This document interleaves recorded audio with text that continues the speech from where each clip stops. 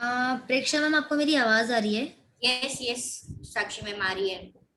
बस तो मैं आपको होस्ट बना के जा रही हूँ। ठीक है, रिकॉर्डिंग चालू किया मैंने। ओके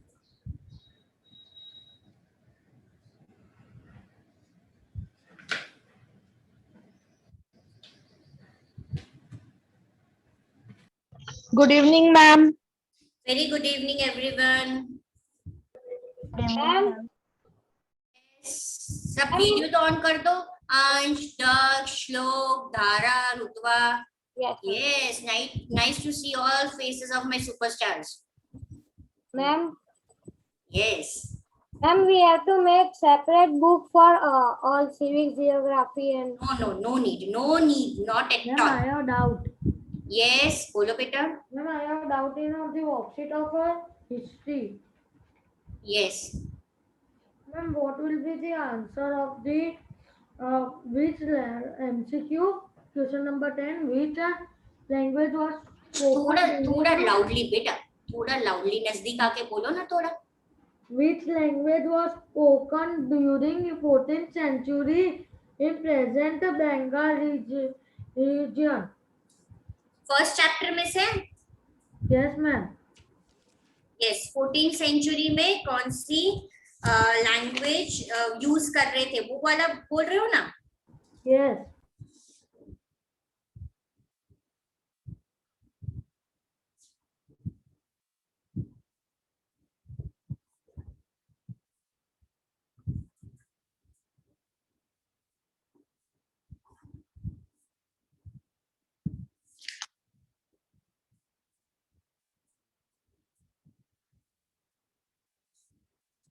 मेरी वर्कशीट में है कि आपको स्कूल से मिला है? No, ma'am, in your It is in your worksheet. Okay मुझे वर्कशीट ओपन करने दो।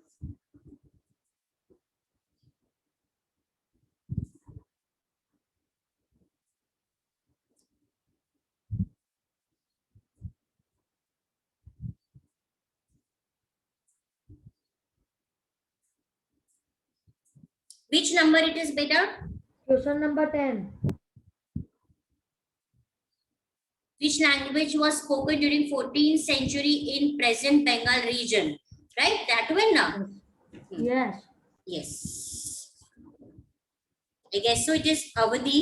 नहीं अवधि नहीं होगा। Awadhi, Gauri, Telangana and Lahori, right? Lahori can't be. It must be Awadhi. Just a second. First option आएगा पर मैं सिर्फ एक बार उसको कंफर्म कर देती हूँ।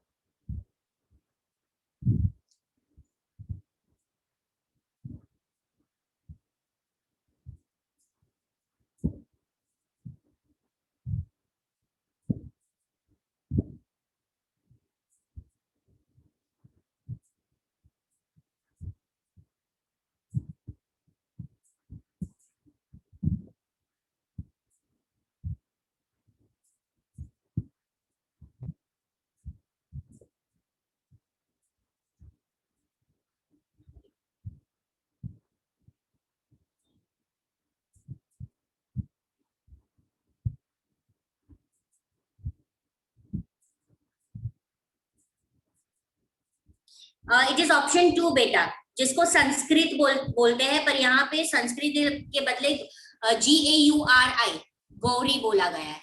Yes, ma'am. ठीक है, तो वहां पे ब्रैकेट में सब संस्कृत भी लिखो। Yes, ma'am. And the second one Yes, is. any other doubt? Yes, ma'am. Filling the blank. Second one, rules and the regulation of JIT were enforced by. Wait, which number it is? Which? Ma'am, second one, filling the blanks. Rulers and regulations of jatis were enforced by. Okay, that one now. See, that Yes. comes in the page number 8. जाति वाला जो है ना, Ma'am. और इसमें हमें rules and enforced bye जाति panchayat, answer ये आएगा। Yes. By an assembly of elders describe some areas जाति पंचायत, तो उसका आंसर रहेगा जाति panchayat. Ma'am, and in third and the filling the blanks third and fourth. Third and the true or false first. Wait, third वाला नहीं पता चल रहा है? No, ma'am. अच्छा, बाकी सबको मिला कि किसी ने वर्कशीट की नहीं है अभी तक? Yes, ma'am, I have completed. हाँ, तो थर्ड का आंसर क्या है? Knowledge of dash on Brahmans a lot of respect. कौन सी नॉलेज? ब्राह्मण्स के पास कौन सी नॉलेज थी? Sanskrit.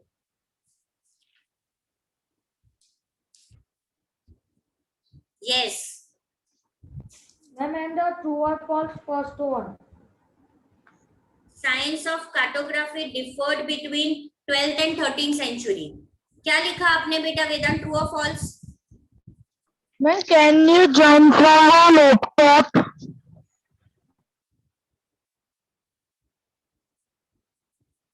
What?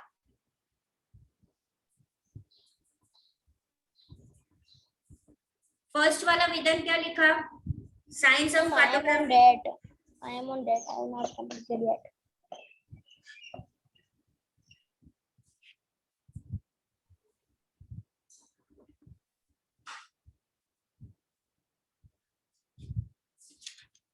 It comes true.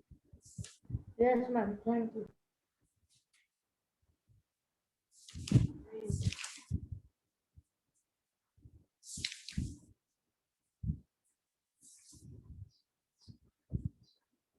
सी और ये जो है ना नॉलेज वाला 11 में, the knowledge of Sanskrit text on Brahmin lot of respect in society. Okay, Yes, वो ma'am. संस्कृत आता है. दूसरा कोई? No, ma'am. Okay.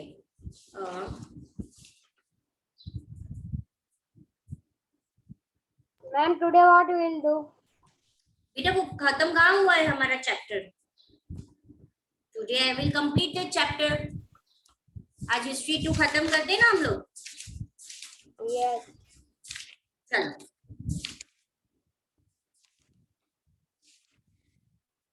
From page number 22.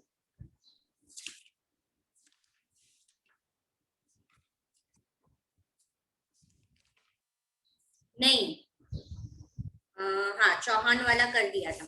अच्छा, अभी ये मैप है, आप सबको मैप दिख रहा है? Yes, ma'am.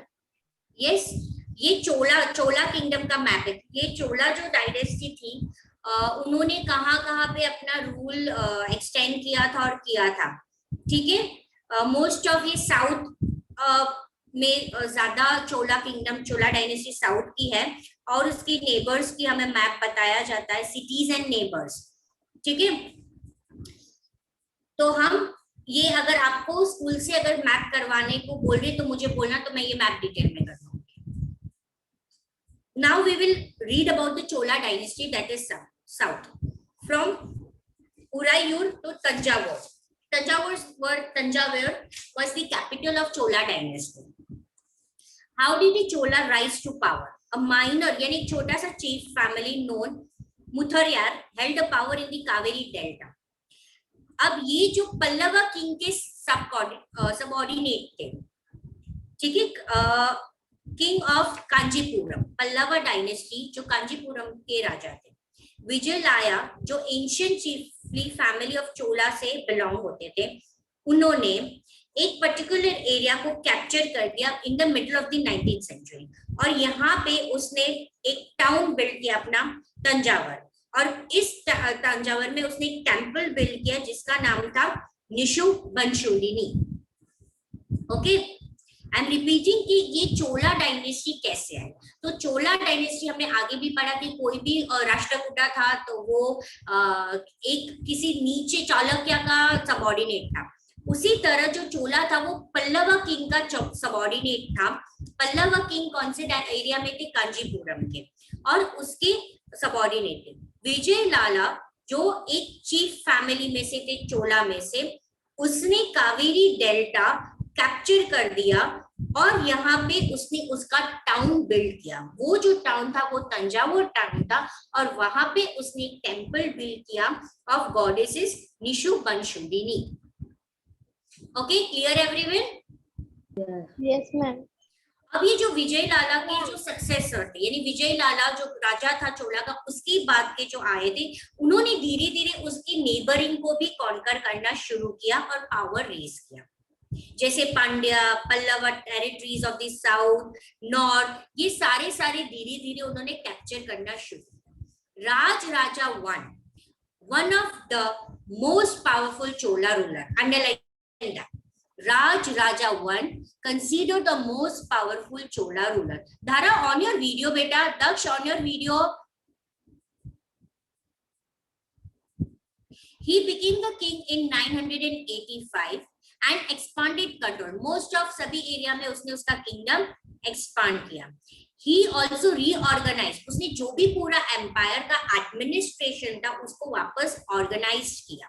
राज राजा का जो सन था उसका नाम था राजेंद्र वन, और उसने उसी फादर की ही सारी पॉलिसीज कंटिन्यू की, और धीरे धीरे उसने Ganga valley, Sri Lanka, south east Asia की कंट्रीज को सभी को कॉन्कर करना शुरू किया।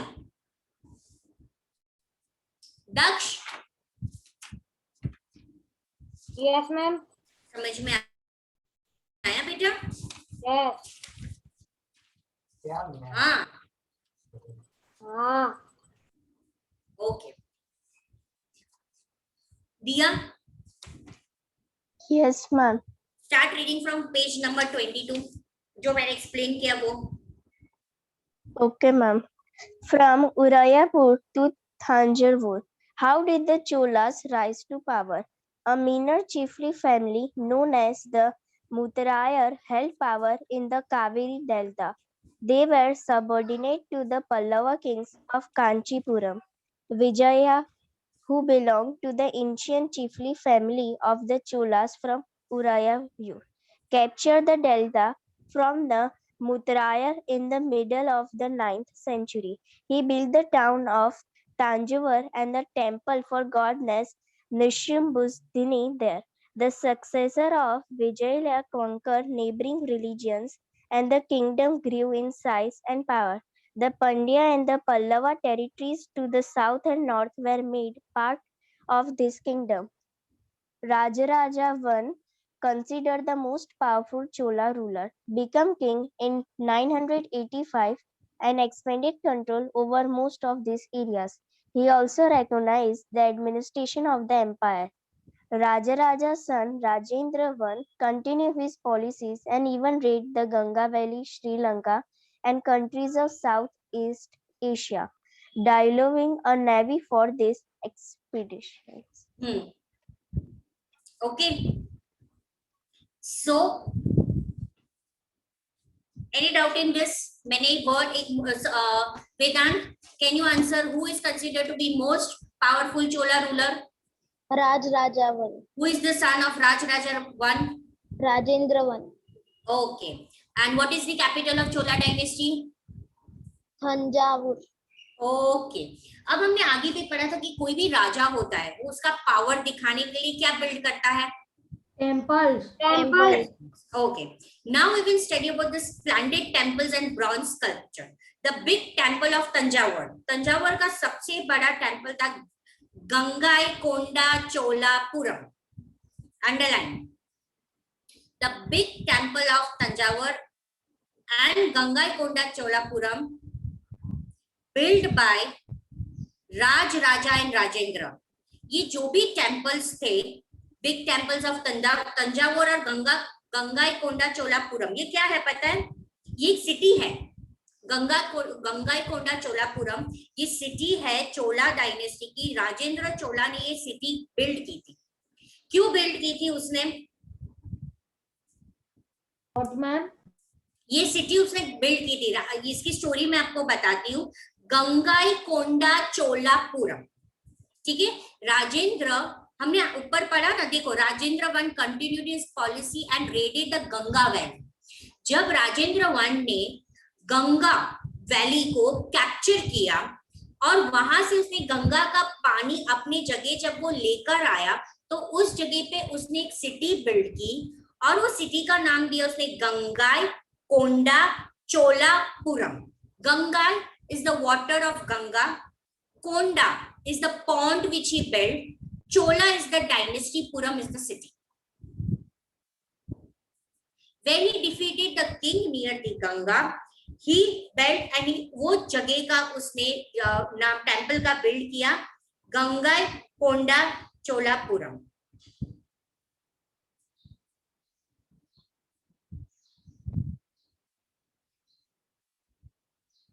ऐसे नाम दिया उसने, पता चला?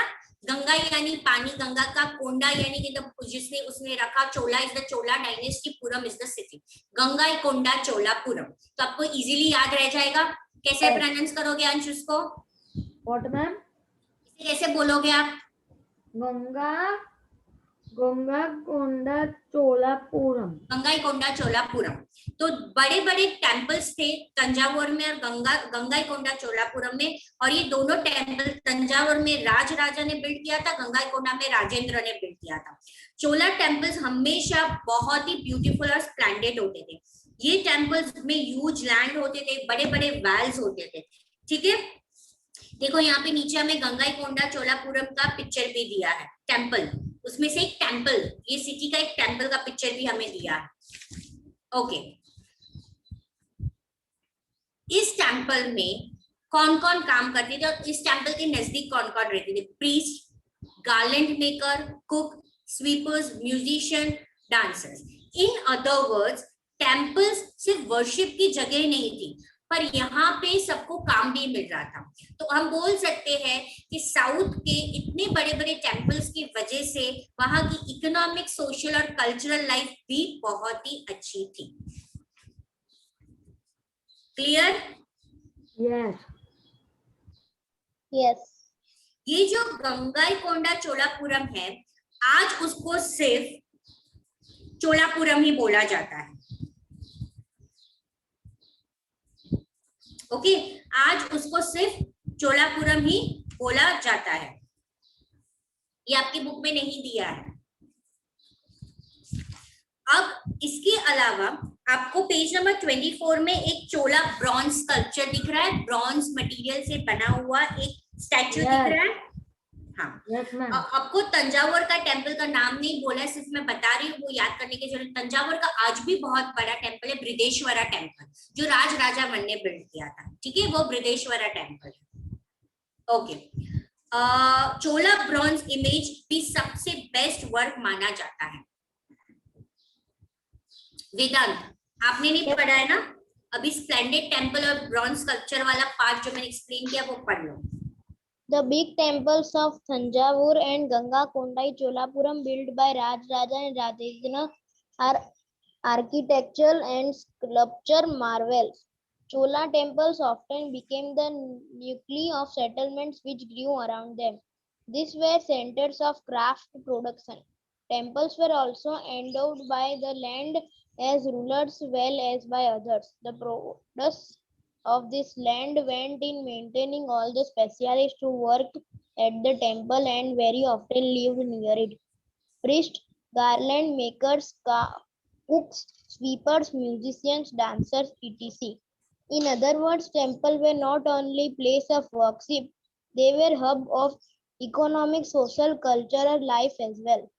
Amongst the crafts associated with temples, the making of bronze image was the most distinctive.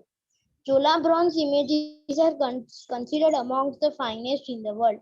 While most images were of deities, sometimes images were made of devotees as well. Okay, any doubt in this paragraph, Rutba?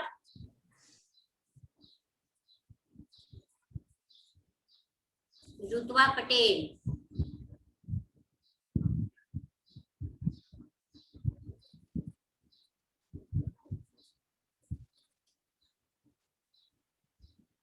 Mute हो आप बेटा। कोई doubt नहीं है ना? सिर्फ ऐसे कर लो अगर कोई डाउट नहीं है तो। ओके, नाउ अभी जो हमने डायनेस्टीज के बारे में पढ़ा, उसकी एग्रीकल्चर और इरिगेशन के बारे में पढ़ेगी। इरिगेशन क्या है? दिया, what do you mean by irrigation, beta? When I say the few regions of India the crops are grown with the irrigated method. So when I say irrigation or irrigated method, what do you mean by irrigation?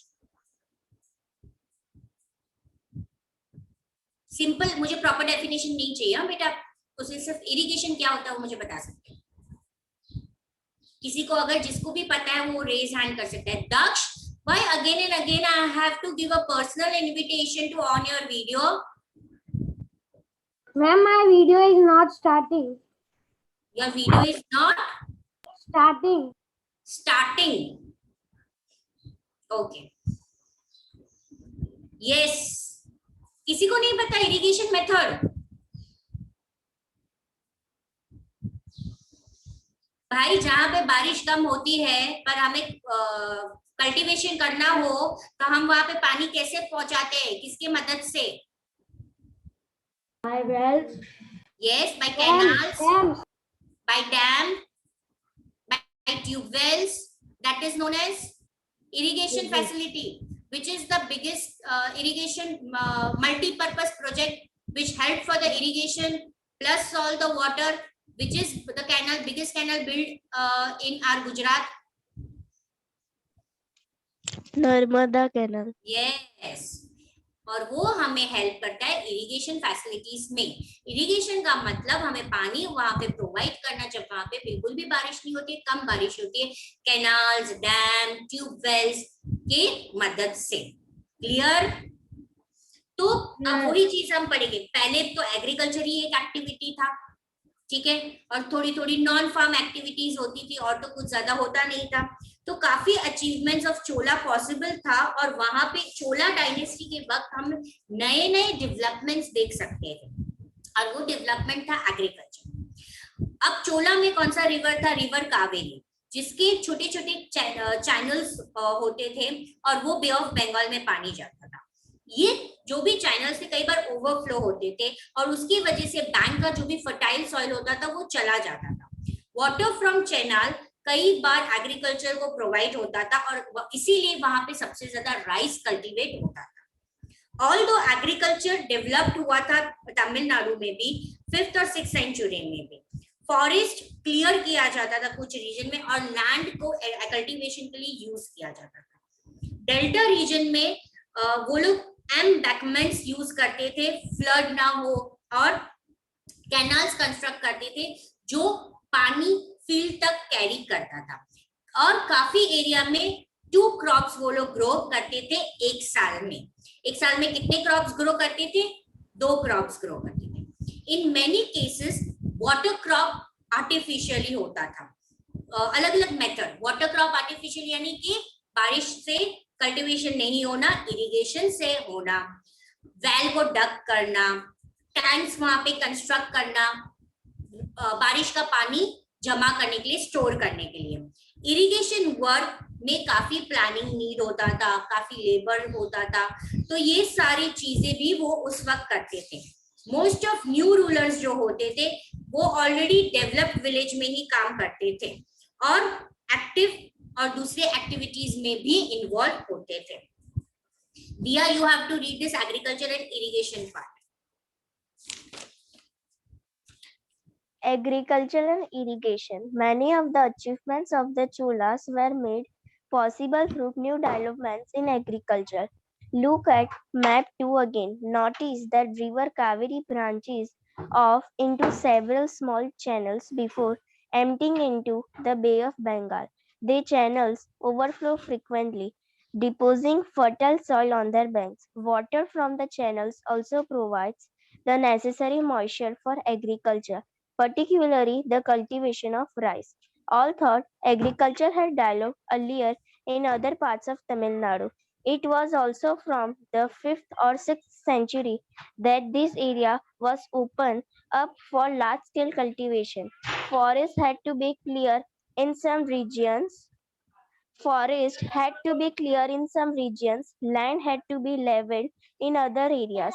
In the Delta region, embankments had to be built to prevent flooding and canals had to be constructed to carry water to the fields. In many areas, 2 crops were grown in a year. In many cases, it was necessary to water crops artificially. A variety of methods were used for irrigation.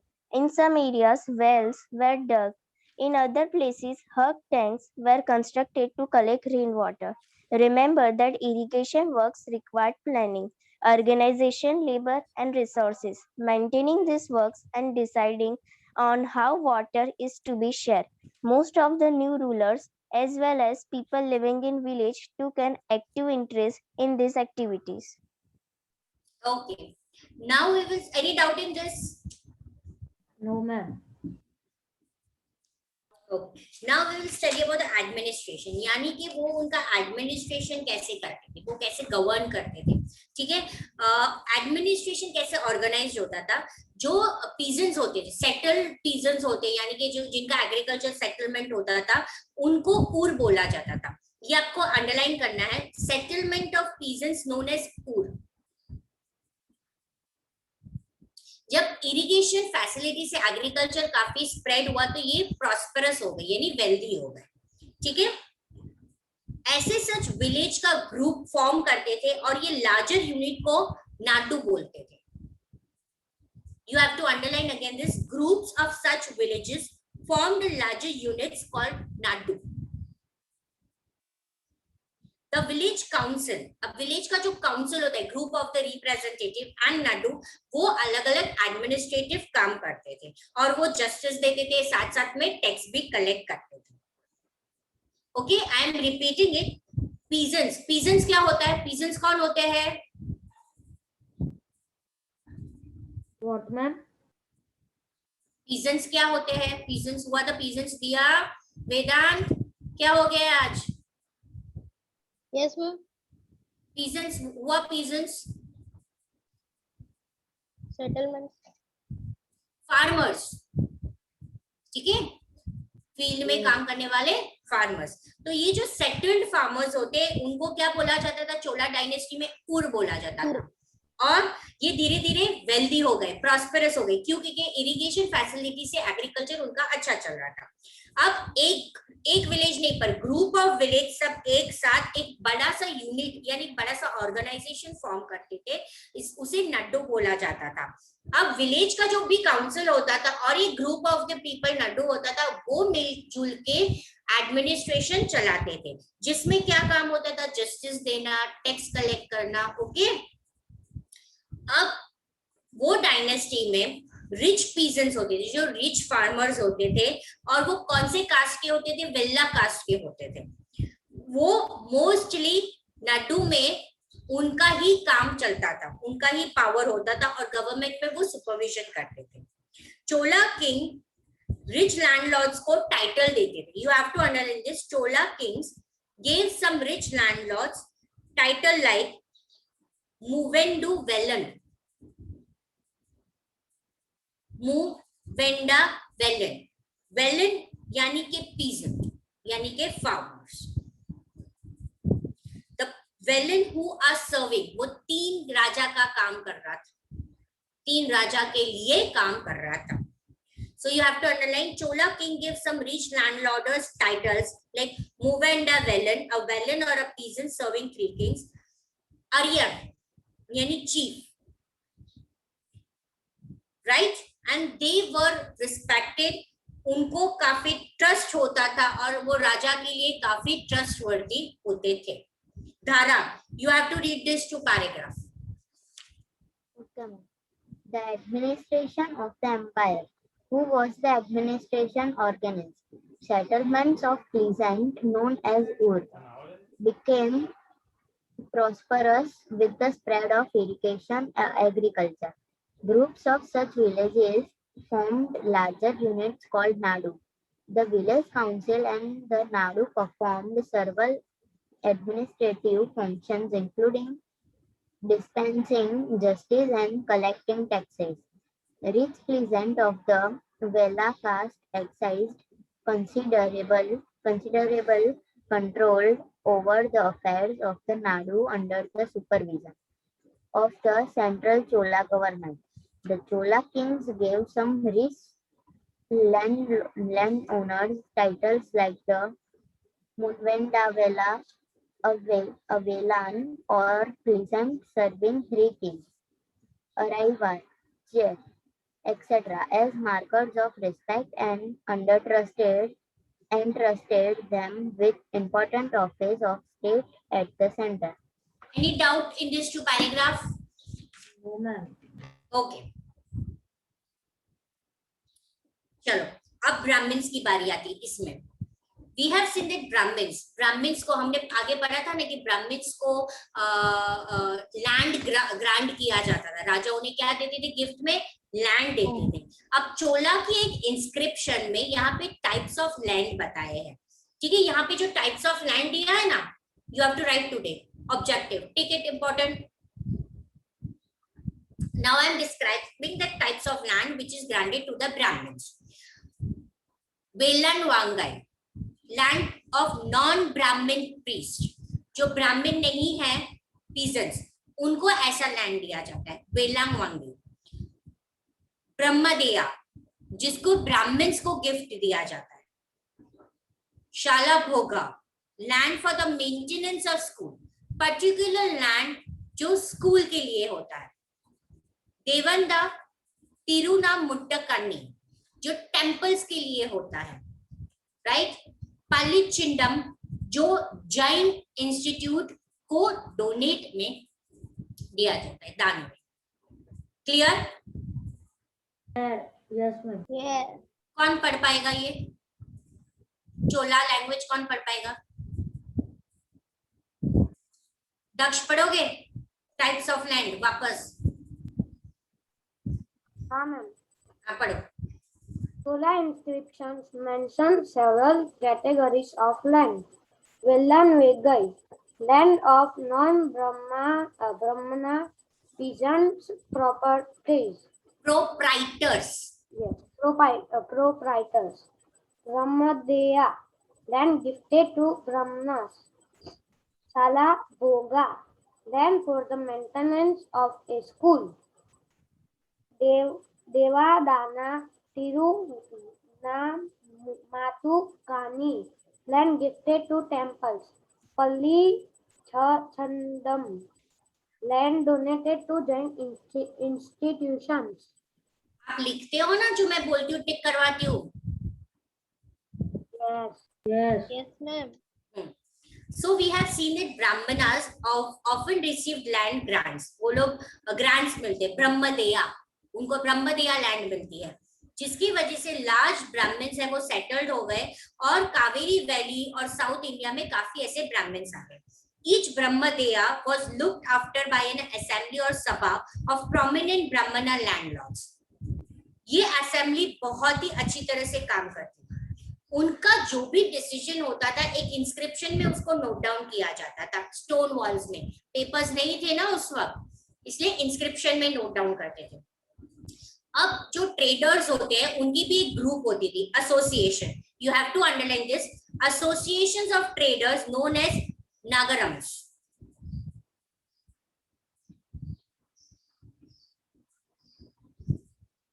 Right. ये जो traders की associations थी, ये association का नाम क्या था? नागरम्स. ये ओकेशनली भी एडमिनिस्ट्रेशन का काम करते थे. जब जरूरत होती थी वो भी टाउन को संभालते थे. क्लियर? इंस्क्रिप्शंस अभी हमें सोर्स मिले थे उत्तर मेरू इन चिंगलपुट डिस्ट्रिक्ट ऑफ तमिलनाडु. वो हमें ये बताता था कि एक सभा होती थी, यानी एक ऑर्गेनाइज्ड असेंबली होती थी जिसको सभा बोला जाता था. सभा में एक अलग अलग कमिटीज होती थी, जैसे कि उनका क्या काम होता था. एक इरिगेशन के बारे में ध्यान रखता था, एक गार्डन के बारे में ध्यान रखता था, एक टेम्पल के बारे में ध्यान रखता था, और हर एक सभा को एक मेंबर का एक नाम दिया होता था और एक पाम लीफ पे उनका नाम लिखा गया होता. ये टिकट्स एक अर्धनवेयर पॉट में मटके में रखा जाता था, from which a young boy को वो टिकट निकालने को बोला जाता था, one by one for each committee. Okay. Now this 3 paragraph shloka will read.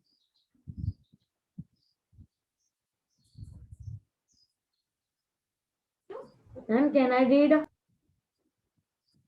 श्लोक क्यों? श्लोक को कुछ तकलीफ है बोलने में?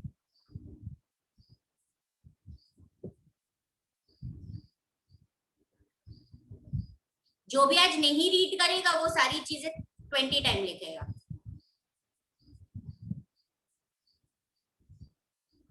श्लोक आज रीड नहीं करेगा तो मैं जो भी चीजें आज अंडरलाइन करवा रही हूँ वो 20 टाइम लिखेगा। आपके पास 2 ऑप्शन है। अच्छा, श्लोक डजंट वांट टू रीड, मैं मैसेज कर देती हूँ उसकी मम्मी को कि उसको सारा होमवर्क 20 टाइम करना है। अंश, आपने रीड नहीं किया ना, ये 3 रीड करो। No, ma'am. Ma'am, from we have seen the brahmanas. We have seen that Brahmana often receive land grant or Brahmadeva. As a result, a large number of Brahman settlements emerged in Kaveri Valley, as in other parts of South India. Each Brahmadev was looked after by assembly or sabha of prominent Brahman landholders. These assemblies worked were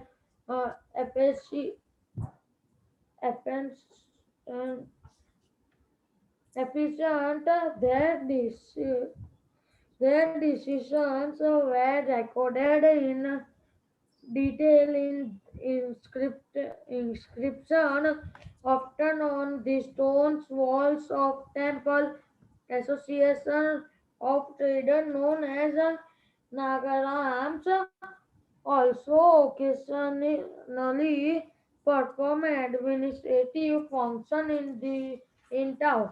Inscription from Uttameru in Chingaleput district, Tamil Nadu provide detail of a way in which the Sabha was organized. The Sabha had separate committees to look after the irrigation works, garden, temple, etc. Name of those eligible to be member of these communities. Yes.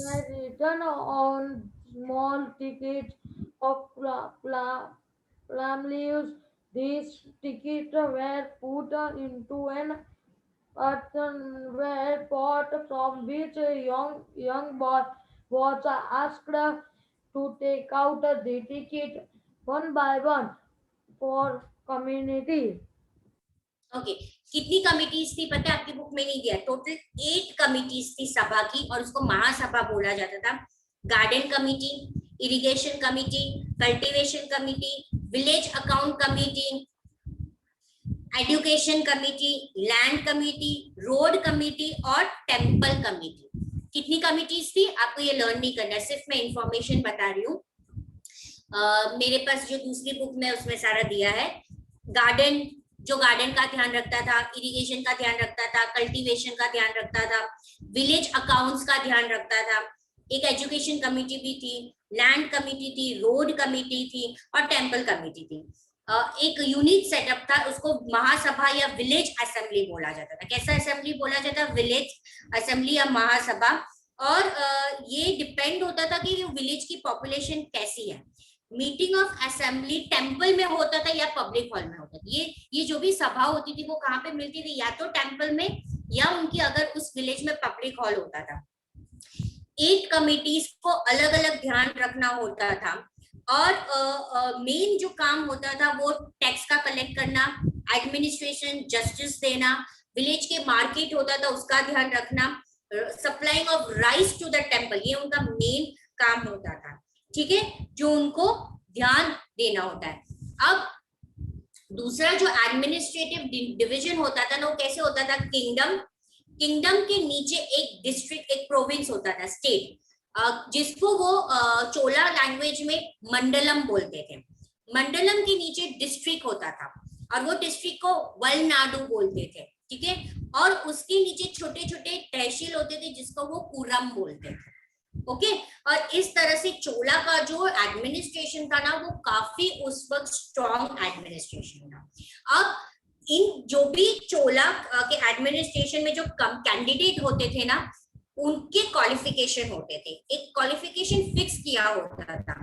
ये हमारे book में दिया है जो आपको learn भी करना है और इम्पोर्टेंट भी है। पेज नंबर 27 में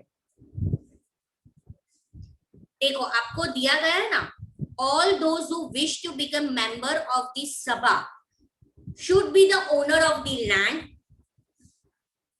from which land revenue is collected. Yes. और नीचे उनके कुछ क्वालिफिकेशंस दिए गए। सबसे पहले तो वो लैंड के ओनर होने चाहिए और उस लैंड में से उन्हें टैक्स भी देना है। दूसरे, उनका खुद का घर होना चाहिए। They should have their own land. They should be between the age 35 to 70 years. Third, they should have knowledge of Vedas. What are Vedas? Ma'am, the old religious books. How many Vedas are there? Four. Can we- Four. Yes, Ansh, which are the 4 Vedas?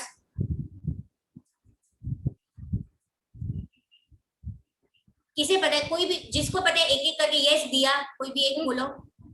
हाँ, Vaishyas, Shudras, Kshatriyas.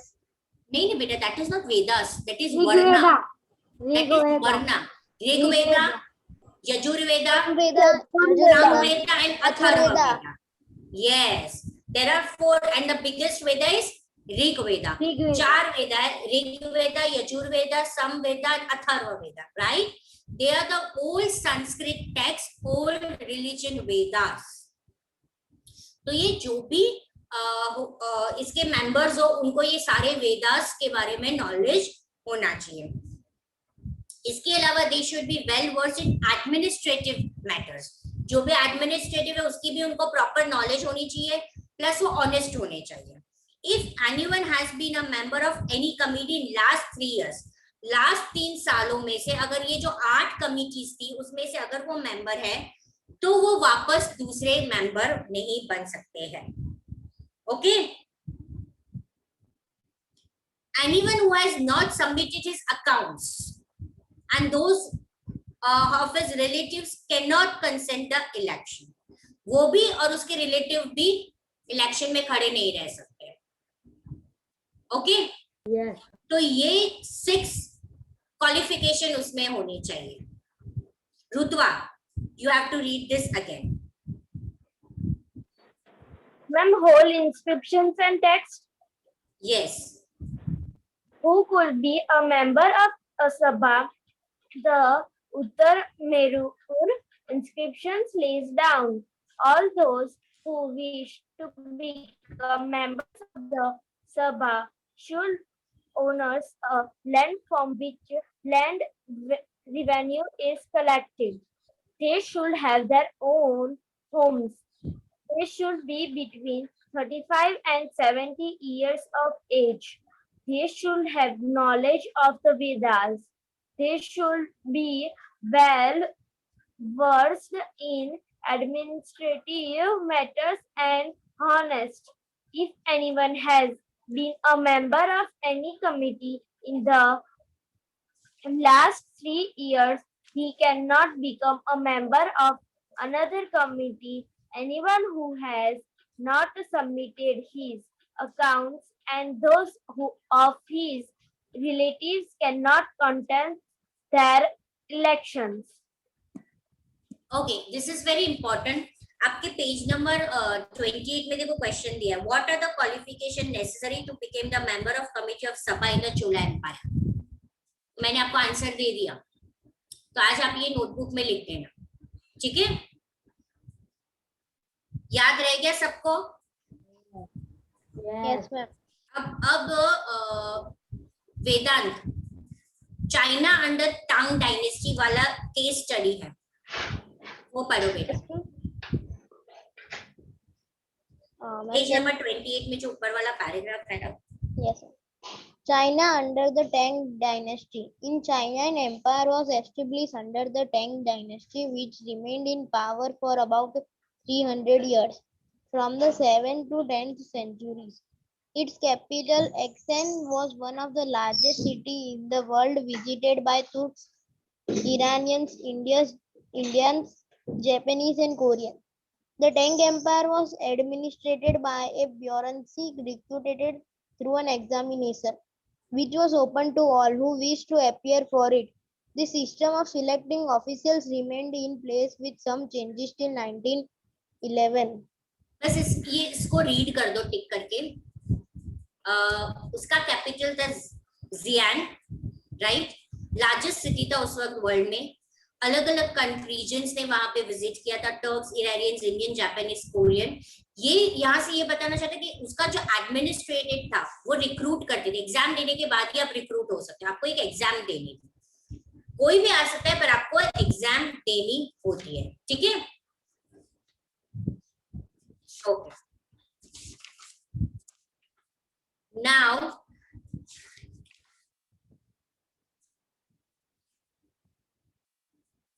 Page number 18।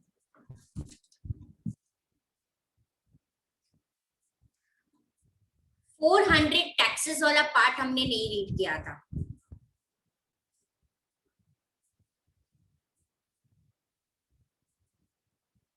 Right धारा, read that pink 400 taxes.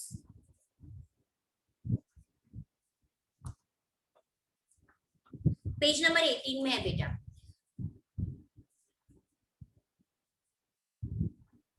Yes, ma'am. 400 taxes.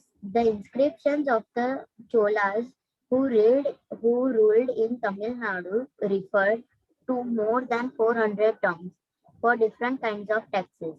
The most frequently mentioned tax is VAT, taken not in cash but in the form of forced labor and cardamine or land revenue.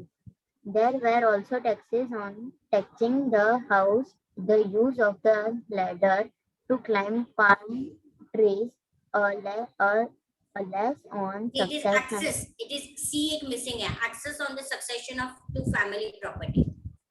Okay, अब यहाँ पे आपको underline करना है। एक चोला के inscription से ये पता चला जब वो तमिलनाडु में रूल कर रहे थे तो वो डिफरेंट टाइप ऑफ टैक्स ले रहे थे। 400 वैसे टैक्स है, उसमें से सबसे फेमस और इम्पोर्टेंट टैक्स कौन सा था? वो था वेटी।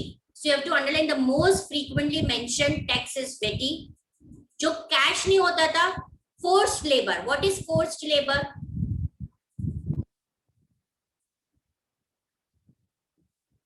आपको कंपल्सरी काम करना पड़ता था, फोर्स किया जाता था आपको।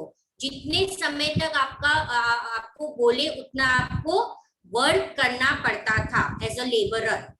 तो एक मेंशन टैक्स था vetti, not taken in the cash but in the form of force labour. और दूसरा था land revenue. What is land revenue? जिसको कदमबाई बोला जाता था। लैंड रेवेन्यू क्या है? Tax taken on what? What is land revenue?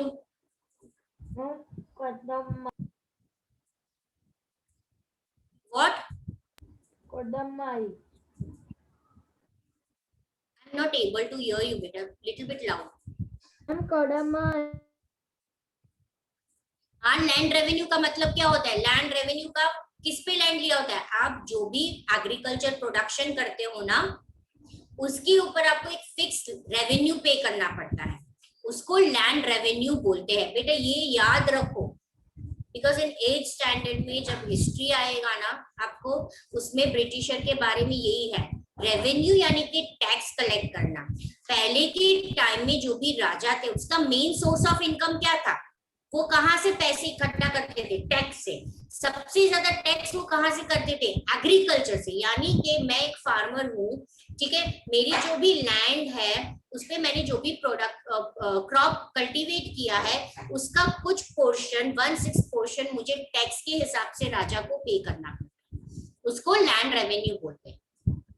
Okay, जैसे अकबर ने 1/6 प्रोडक्शन ऑफ द लैंड किया, हर एक का एक फिक्स होता है। आपके पास जितनी लैंड है, कितना प्रोडक्शन है, उसके ऊपर डिपेंड होता है कि कौन से पर्सन को, विलेजर को कितना टैक्स पे करना होता है।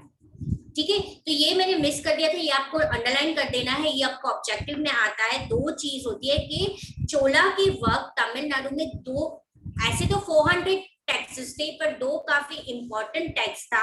एक था वेटी टैक्स, यानी कि आपको कैश नहीं देना है, फोर्स लेबर, और दूसरा लैंड रेवेन्यू जिसको कदमबाई। तो ये पूरी लाइन मैं वापस रिपीट कर रही हूँ और आप प्लीज लिख देना। The most frequent mention tax is vetti, taken not in cash but in a form of a forced labor in Kadambi or a land revenue. Yes, ma'am. Done. Any other doubt? Once I just seat के कुछ मैंने miss नहीं किया ना आपको mark करवाने का.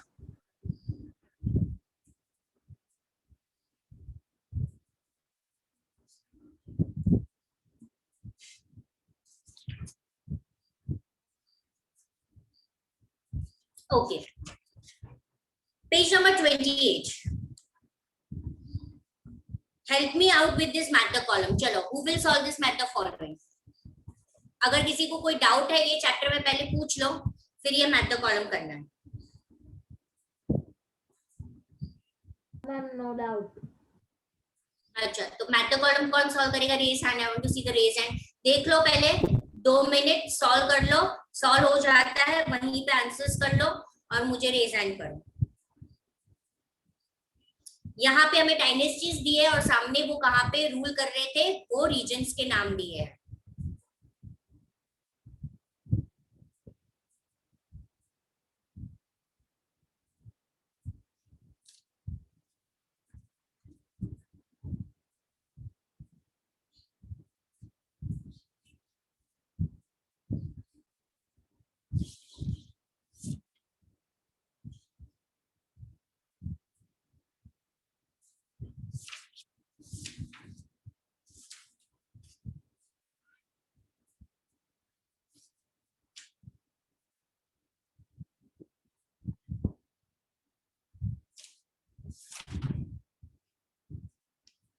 आपको हेल्प करूं?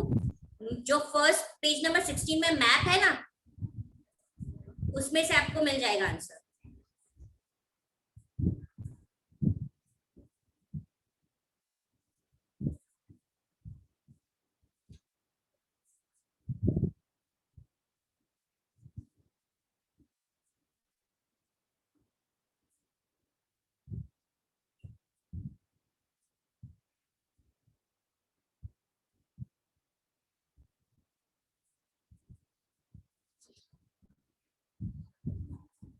Ma'am, can I try?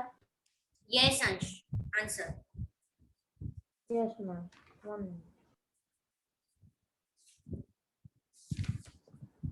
Gujarat परितिहास Gujarat and Rajasthan Rashtrakutas Western Palasa Tamil Nadu Chosla Bengal.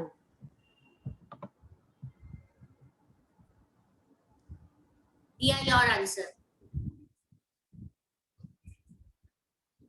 Ma'am, I have to repeat the answers. आपने यही टिक किया है.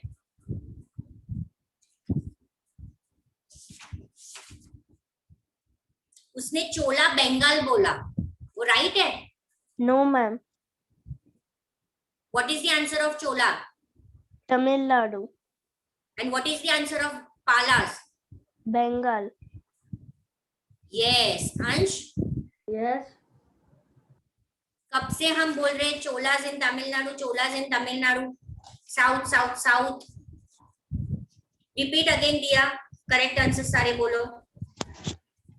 Gujarat Pratihara Gujarat and Rajasthan. Rashtrakutas Western Deccan. Palas Bengal. Cholas Tamil Nadu. Okay, everyone? Yes. Ma'am, can I repeat?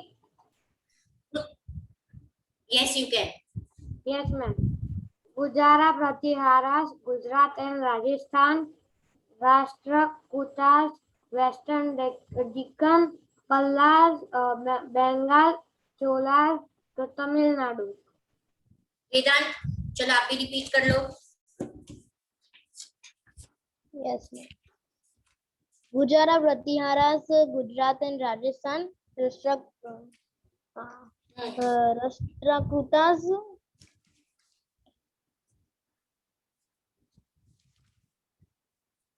Yes, बेटा. Rashtrakutas, western Deccan, Western Deccan, Palas is equal to Bengal, Cholas Tamil Nadu. Yes. Rutva, your turn.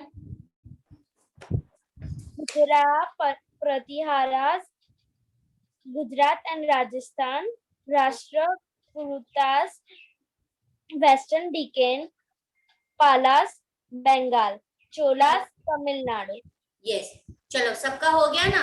श्लोक, आपका video on नहीं हो सकता है. श्लोक है ही नहीं. चलो एनीवेज डन. सबने बोल दिया. अब मैं क्वेश्चन बोल रही हूँ, मुझे देखना है किसको आंसर्स आता है. Who were the parties involved in the tripartite struggle? I want to see the raise hand. I'm repeating. Who were the parties involved in the tripartite struggle? मैंने ये आंसर भी टिक करवाया है आपको.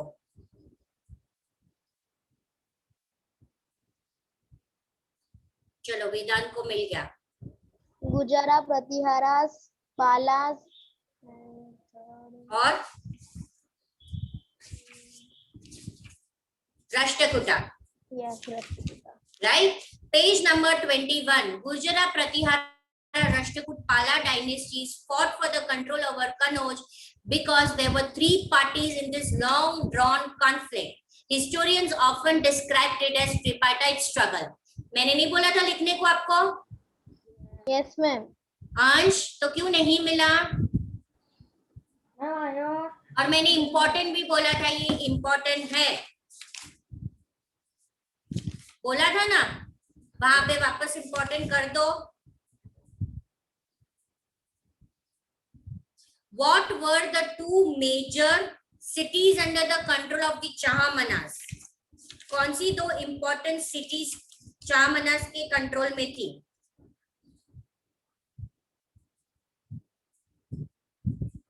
What, ma'am?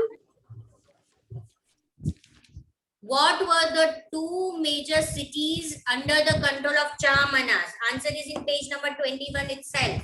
Yes, Vedant. Delhi and Ajmer. Yes, very good.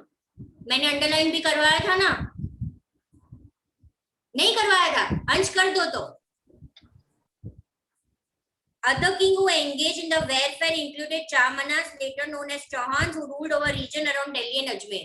विधान मैंने इसको underline नहीं करवाया था? करवाया था. तो फिर अंश पता नहीं क्या करता है, सो जाता है. ओके चलो, कोई भी डाउट किसी को? No, ma'am. आज जो भी करवाया है वो लिख देना याद से, और मैं नेक्स्ट वीक आपको वर्कशीट्स भेजूंगी. मेरी 2 वर्कशीट बाकी है. कौन सी 2 बाकी है? आज की हिस्ट्री की और एक Civics. Geography chapter 2. और जियोग्राफी चैप्टर 2 3 सिविक्स वर्कशीट. की. अच्छा मैंने सिविक्स भी नहीं भेजा है ना आपको? नहीं मैम, 3 हो कोई गए भी ना? नहीं भेजी civics की तो. हाँ तो चलो पहले मैं वो भेज देती हूँ. पहले जो पेंडिंग है वो वर्कशीट भेज दूंगी. ओके. और सबको आज का वर्क कंप्लीट कर देना है. वर्कशीट्स कंप्लीट कर देनी है जब तक आपको दूसरी वर्कशीट्स मिलती है तब तक. ओके चलो, I am ending the session. Bye everyone. Bye ma'am. Bye, ma'am. Bye, ma'am.